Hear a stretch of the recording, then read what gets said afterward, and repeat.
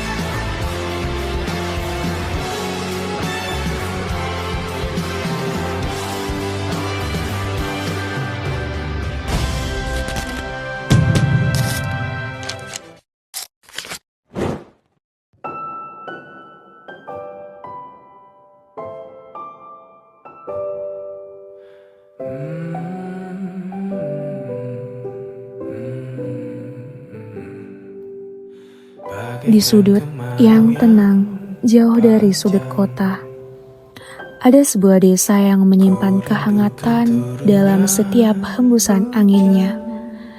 Desa Meriah Jaya, tempat di mana alam dan kehidupan berjalan berdampingan dengan sederhana, namun penuh dengan makna. Pagi di sini terasa lebih jujur. Udara segar menyapa tanpa tergesa. Suara alam menjadi irama yang menenangkan jiwa.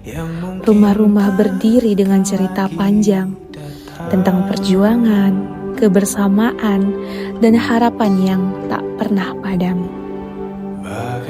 Kami datang membawa langkah yang belum pernah menampaki tanah ini, membawa rencana, membawa tugas, dan membawa mimpi sebelumnya. Kami tidak pernah tahu bahwa di sini kami akan menemukan lebih dari sekadar itu.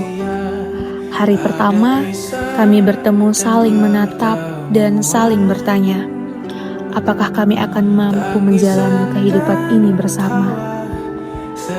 Perlahan, jarak antara kami menyusut, tawa ceria mulai terdengar, tangan mulai terulur, dan Meriah Jaya menyambut kami seperti anak-anaknya sendiri.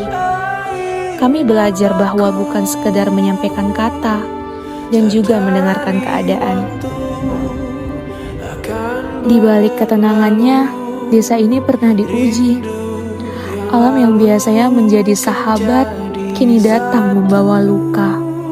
Tanah yang mendompang kehidupan sempat runtuh, meninggalkan jejak duka, kekhawatiran dan tabah serta sabar yang diterima.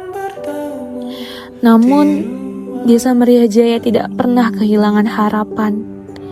Di tengah keterbatasan, warganya tetap berdiri dengan hati yang kuat dengan kebersamaan yang tak pernah tergoyahkan. Karena di sini setiap kesulitan dihadapi bersama, setiap beban dipikul bersama, dan setiap harapan dijaga bersama. Kami datang bukan hanya sebagai pengunjung, tetapi sebagai bagian dari cerita yang sedang tumbuh kembali di lereng yang penuh longsoran. Kami menanam kehidupan yang baru, satu demi satu pohon ditanam dengan doa, agar akar-akarnya kelak dapat menjaga tanah dan menjaga masa depan yang lebih aman bagi mereka yang tinggal di sini.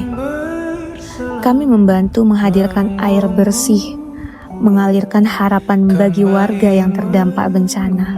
Kami bergotong royong membersihkan saluran, memulihkan aliran yang memberi kehidupan, dan bersama-sama membangun bendungan air. Sebagai penjaga keseimbangan alam yang begitu berharga, kami membersihkan musola, menghadirkan kembali ruang sujud yang nyaman. Doa-doa dipanjatkan dengan penuh harapan dan keikhlasan. Dan di sekolah, kami berbagi ilmu cerita dan semangat dengan anak-anak desa, menanam mimpi di mata mereka yang penuh sinar harapan. Di setiap langkah, kami belajar tentang keteguhan hati, tentang arti saling menjaga, dan tentang bagaimana harapan bisa tumbuh bahkan setelah luka.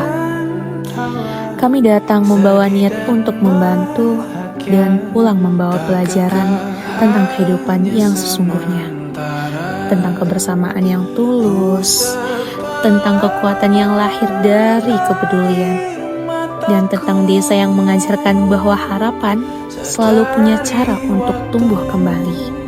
Akan berlalu, rindu yang lalu kan jadi satu.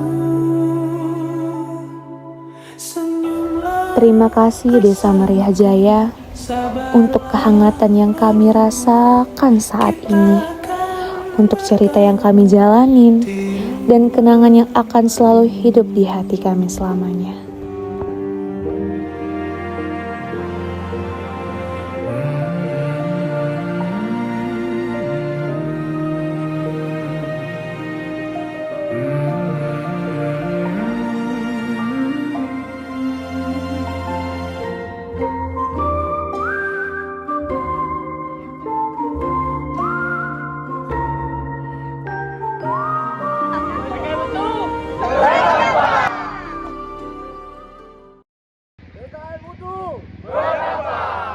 Kalau nggak ikut PKM, gue nggak bakalan tahu kalau masih banyak saudara-saudara kita yang terdampak masih butuh bantuan kita. Kalau aku nggak ikut PKM, aku nggak akan bakal tahu teman tidurku seperti setang potong kayu. Kalau aku tidak ikut PKM, aku tidak tahu kalau kawan samping tidur aku tidurnya macam kesurupan. Kalau nggak ikut PKM, aku bakal nggak tahu rasanya turun langsung ke lapangan bantu masyarakat yang terdampak bencana. Kalau saya nggak ikut PKM, mungkin saya tidak akan tahu rasanya merepek orang piket. Piket, siapa piket? Kalau aku nggak ikut PKM, aku nggak akan tahu bagaimana saya dapat MBG. Kalau aku nggak ikut PKM, aku nggak bakal tahu rasanya kebangun karena beristiknya alarm tiap pagi. Kalau aku nggak ikut PKM, aku nggak bakal tahu rasanya ngitung duit tiap malam. Kalau aku nggak ikut PKM, aku nggak bakalan ngerasain capeknya jadi ketua dapur. Kalau nggak ikut PKM, aku nggak akan ngerasain seseru itu ngajari anak SD. Kalau aku nggak ikut PKM, aku nggak bakalan tahu rasanya megang di kampung orang. Kalau nggak ikut PKM, aku nggak ngerasain ngantri berjam-jam untuk ke kamar mandi. Kalau mau nak ikut PKM, aman nak akan tahu gunung macam ya. Kalau aku nggak ikut PKM, mungkin aku nggak akan tahu rasanya mengajari anak orang. Kalau aku nggak ikut PKM, aku nggak akan ngerasain jalan 5 km setiap hari. Kalau aku nggak ikut PKM, aku nggak bakal rasain makan durian tiap hari. Kalau aku nggak ikut PKM, aku nggak bakal tahu rasanya tidur itu ternyata ada stylenya. Kalau aku nggak ikut PKM, aku nggak bakalan pernah ngeliat cowok muluk sehalus blender. Kalau aku nggak PKM, aku nggak tahu rasanya begadang sampai jam 5 subuh demi sebuah IG yang estetik. Kalau aku nggak ikut PKM, Kalau aku tidak ikut PKM, aku tidak bakal tahu rasanya di Sembang ternyata seseru itu. Cuak. Kalau nggak PKM, aku nggak akan tahu rasanya kurang tidur karena ngonten. Kalau aku nggak ikut PKM, aku nggak akan tahu secapek itu jadi PDD. Kalau aku nggak ikut PKM, aku nggak bakalan tahu rasanya cuci piring segunung. Kalau aku nggak ikut PKM, aku nggak bakalan tahu rasanya gimana tidur di tenda BNPB. Kalau aku nggak ikut PKM, aku nggak tahu kalau rupanya Ridwan itu extrovert. Kalau aku nggak ikut PKM, aku nggak bakal ngerasain puasa di kampung orang. Kalau aku nggak ikut PKM, aku nggak bakal tahu ngomong bahasa Aceh. Pule.